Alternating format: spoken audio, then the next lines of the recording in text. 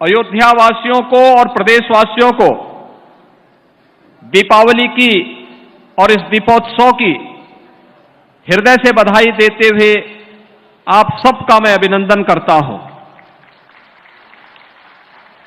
हम सब ने अभी हजारों वर्ष पहले प्रभु श्री राम पुष्पक विमान से अयोध्या आए होंगे। उस दृश्य को संजीव बनाने के लिए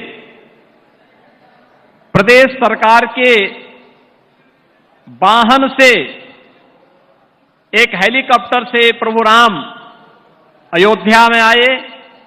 भरत मिलन का कार्यक्रम संपन्न हुआ और अभी माननीय राज्यपाल महोदय, पूज्य संतों और प्रदेश सरकार के मंत्रियों, अधिकारियों और सामाजिक जीवन से जुड़े हुए विभिन्न विभूतियों ने भगवान राम की अर्चना की। राज्याभिषेक के इस कार्यक्रम के हम सब साक्षी बने हैं। हम सब सौभाग्यशाली हैं कि इस कार्यक्रम के हम साक्षी बन रहे हैं। यह दुनिया के 100 से अधिक देशों में पूरा कार्यक्रम लाइव हो रहा है और हर जगह इस कार्यक्रम को दिखाया जा रहा है कि कैसे उस समय भगवान राम आए होंगे और कैसे पुष्पक विमान उतरा होगा और कैसे फिर देवताओं ने आकाश से पुष्प वर्षा की होगी। यह दृश्य भी आप सब ने आज यहां पर पुनः देखा होगा।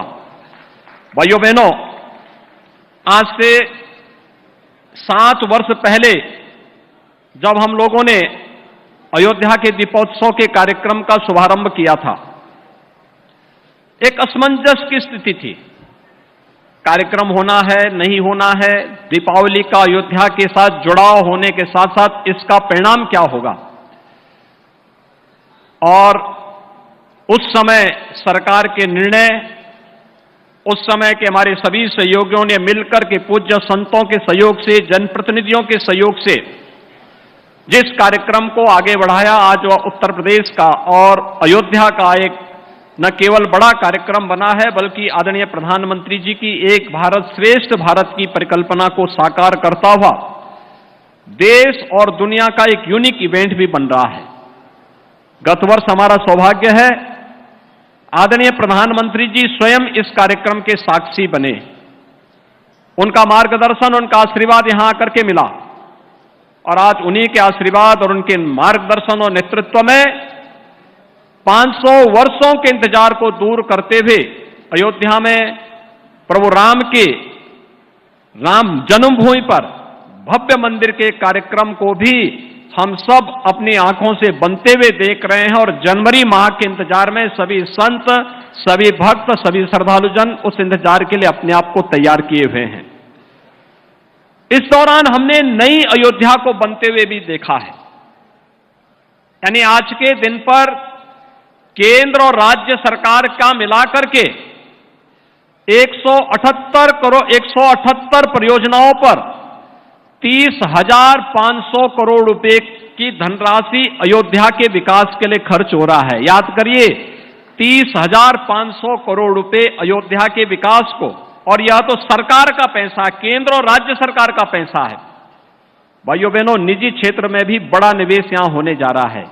कुल मिलाकर के आप देखेंगे तो जब तक रामलला अपने स्वयं के भव्य मंदिर में विराजमान होंगे तब तक भाइयों बहनों अयोध्या धाम में लगभग 50,000 करोड़ रुपए की परियोजनाएं यहां पे मूर्त रूप लेती हुई दिखाई देंगी। 50,000 करोड़ का मतलब लाखों लोगों के लिए रोजगार के सृजन की व्यवस्था भी।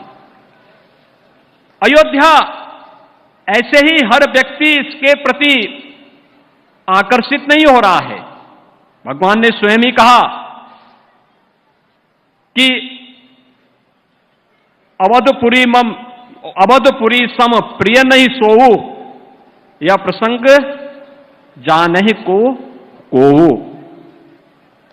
यानी अयोध्या से अधिक प्रिय मेरे लिए और कोई नहीं। यह प्रसंग हर कोई नहीं जानता है। और भाइयों बहनों, अयोध्या को भगवान राम के ही अनुसार उनकी प्रिय नगरी के रूप में प्रस्तुत करने का दायित्व तो डबल इंजन की सरकार पूरी प्रतिबद्धता के साथ निर्वहन करने के लिए तैयार है। और पिछले 9.5 वर्ष से प्रधानमंत्री मोदी जी के नेतृत्व में पूरे देश में और उत्तर प्रदेश में पिछले 6-6.5 वर्ष से जिन कार्यक्रमों को हम लोगों ने यहां पर प्रभावी ढंग से लागू करने का कार्य किया है, वे सब भी आपके पास हैं।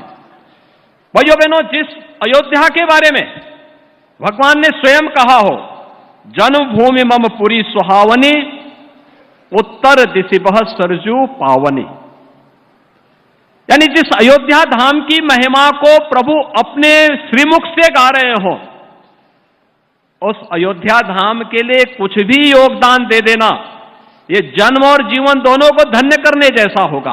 और भाइयों बहनों, उसी जन्म और जीवन को धन्य करने के लिए ये जनता जनार्दन भी, पूज्य संत जन भी, महामहिम राज्यपाल जी भी और सरकार के मंत्री और अधिकारीगण भी यहां पर उपस्थित होकर के अपने जन्म और जीवन दोनों को धन्य करने के लिए, लोक कल्याण के उस हेतु को आगे बढ़ाने के लिए आज यहां पर उपस्थित हुए हैं।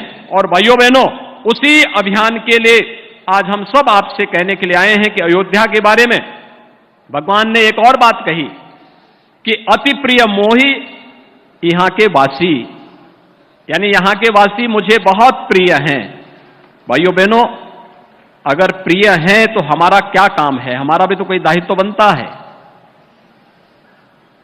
अयोध्या वासियों को मैं एक बात के लिए आश्वस्त करता हूं कि डबल इंजन की सरकार विकास के कार्यों के लिए और अयोध्या को दुनिया की सुंदरतम नगरी बनाने के लिए जिसका स्वरूप उभर रहा होगा, जिसका एक झलक आप देख रहे होंगे।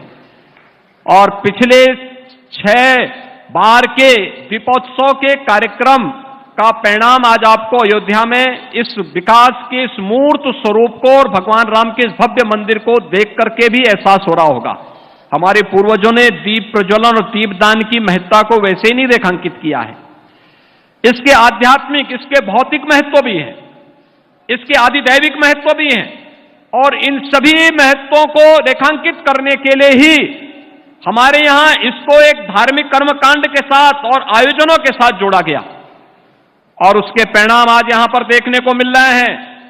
लेकिन अयोध्या वासियों की जिम्मेदारी भी बनती है, जब भगवान रामलला अपने भव्य मंदिर में विराजमान होने के लिए स्वयं आ रहे हैं। 500 वर्षों का एक लंबा इंतजार, कितनी सौभाग्यशाली हमारी पीढ़ी है। पूज्य संतों ने, राजा महाराजाओं ने, योद्धाओं ने, वीर योद्धाओं ने अनेक युद्ध लड़े। और भाइयों बहनों, यहां पे विश्व हिंदू परिषद और राष्ट्रीय स्वयंसेवक संघ के नेतृत्व में चला एक सदी का सबसे बड़ा सांस्कृतिक अभियान, सदैव अशोक सिंघल जी के नेतृत्व में पूज्य संतों ने,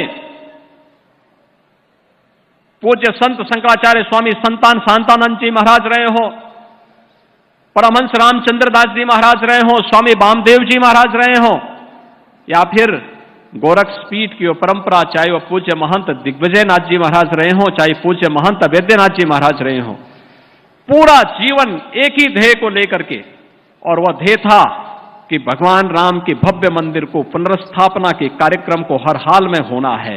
और आज जो साकार हो रहा है, तो साकार होने के लिए अयोध्या वासियों को, जिस अयोध्या वासियों के बारे में भगवान ने स्वयं कहा अति प्रिय मोहि यहां के वासी, तो उस अयोध्या वासियों की जिम्मेदारी भी बनती है कि भगवान जब आपको सबसे प्रिय मानते हैं, तो जब भगवान आ रहे हो, तो जैसे दीपावली का कार्यक्रम अयोध्या वासियों ने पूरी दुनिया के सामने दीपोत्सव के रूप में प्रस्तुत कर दिया है, ऐसे ही भगवान राम के 22 जनवरी के अपने मंदिर में विराजमान करने के लिए जब प्रधानमंत्री जी आएंगे, तो अयोध्या वासियों को स्वागत की तैयारी, उसी प्रकार की तैयारी के लिए अपने आप को तैयार रखना होगा। आप सब तैयार हैं?